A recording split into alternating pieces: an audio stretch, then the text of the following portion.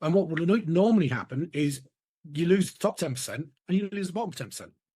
And then you're left with the middle ground of people that, well, they get along, they do the job, the plodders of life.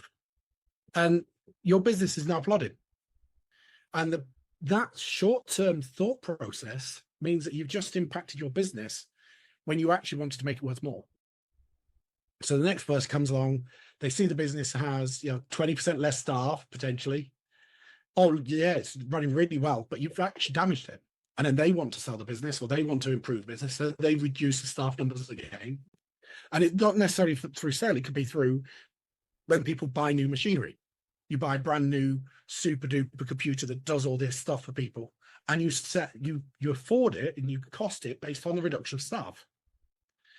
And again, those people that you lose are the people with knowledge. So say you're manufacturing widgets. It doesn't matter what you're manufacturing. All your machinery is about manufacturing widgets, but also your staff skill sets manufacturing widgets. So when you then outsource that, or maybe you buy a new machine that actually produces the same number of widgets with less staff, they get rid of the staff and then they don't know how to make a new widget. There's no innovation. So as soon as the widget market starts to dwindle, they no longer have a marketplace where they can actually move into a new product line because they don't have the staff anymore. The staff have gone. So they've damaged themselves long term. And especially with outsourcing, if you outsource, so everybody wants to outsource to China. China's the biggest place at the moment. It's changing slightly. People are thinking Vietnam and other places. But when you take a product and you move it to China, you're moving all the infrastructure and everything else, and they're producing your product. But that's a third-party company.